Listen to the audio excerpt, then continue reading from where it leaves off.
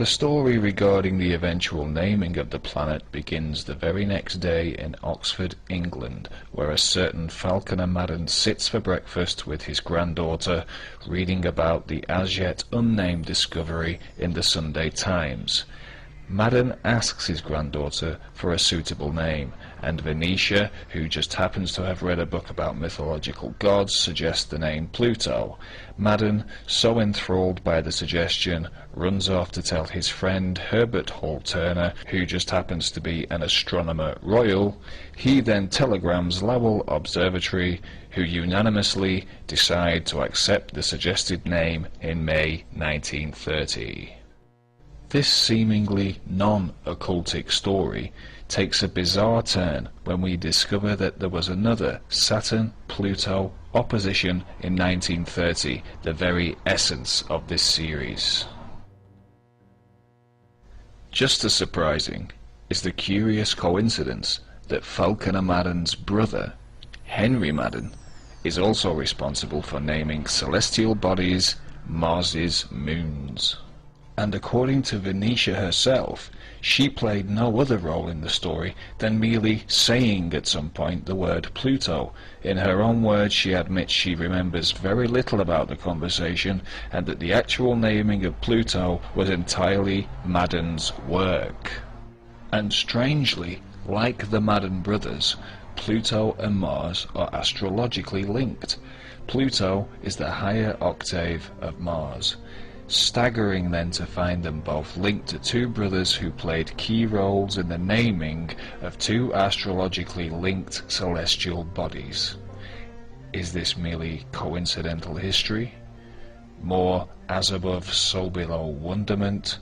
Or is there something else at work behind the scenes?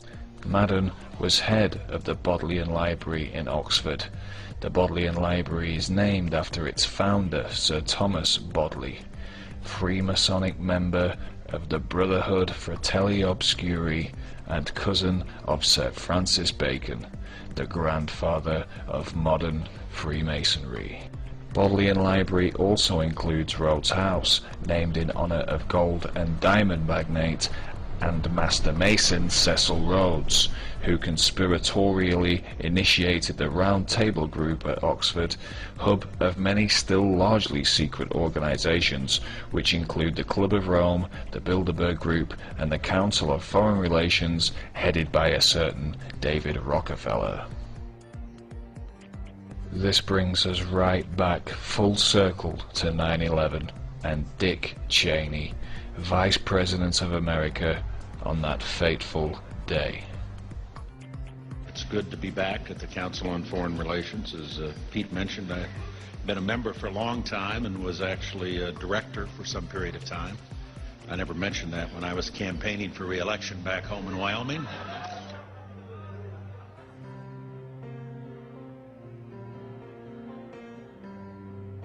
Is the story of the naming of Pluto by a little girl and her grandfather, who just happened to be best friends with an astronomer royal and whose brother just so happened to name the moons of Mars, as believable as it may or may not seem?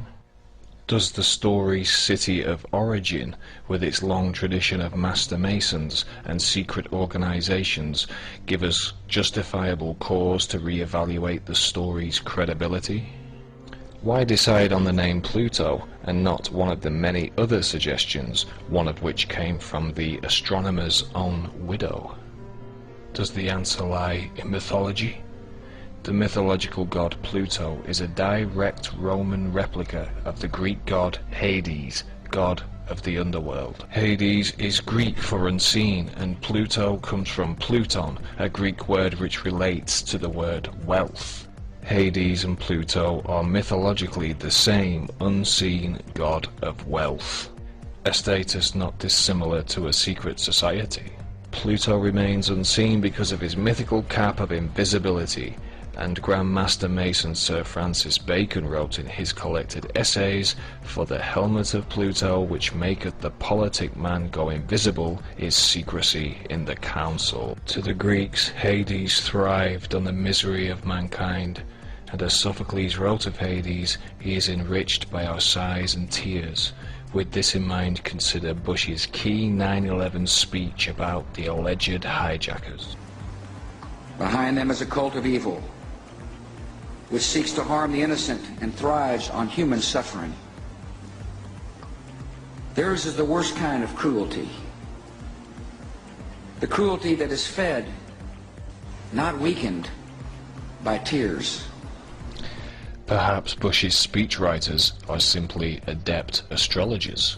Or was it an unconscious mythological reference to Al-Qaeda?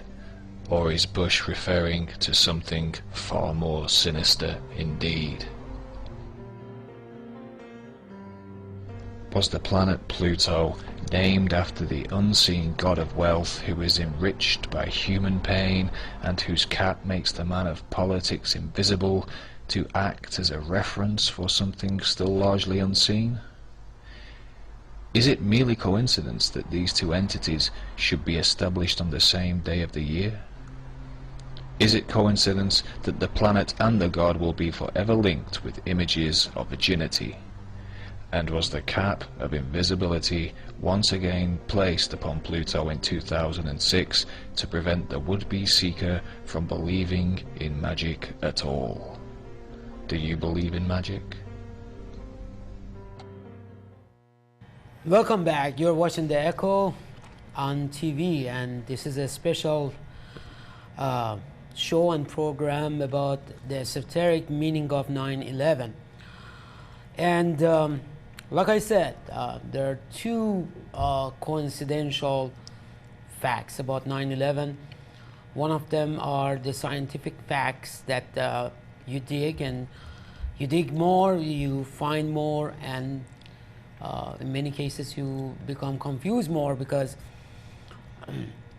there's a reason behind it, so you get confused.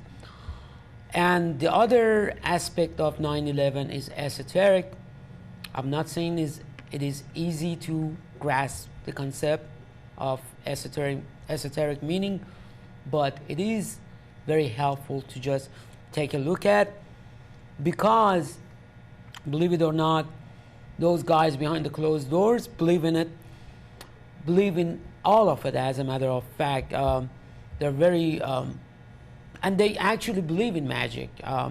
If you have heard of books and movies like Secrets, things like that your wishes, your command, and things like that, you would realize more that the guys behind the closed doors and the guys who run the whole show believe in this stuff.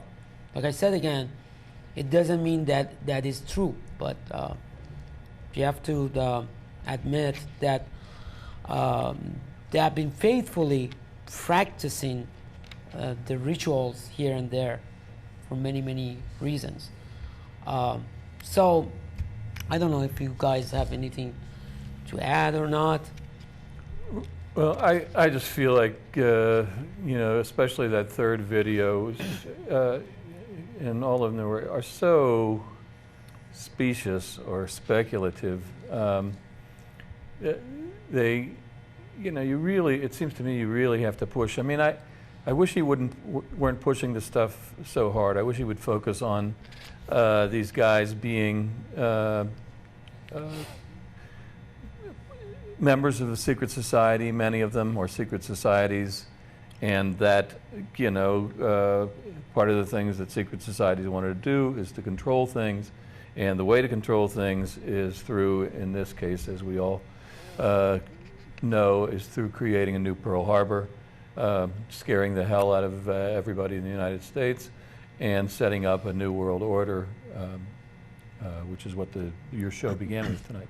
Now, Jim, when you say he, do you mean the gentleman in the clip or Q? The guy in the clip, Q doesn't buy a lot of this. He doesn't buy that astrological esoteric. No, I don't believe in astrology, but I totally understand where he's coming from, because this is exactly what they calculate. You're not going to believe, but lots of people don't believe, but they actually calculate things.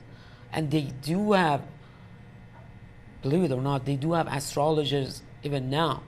You hear that in a story.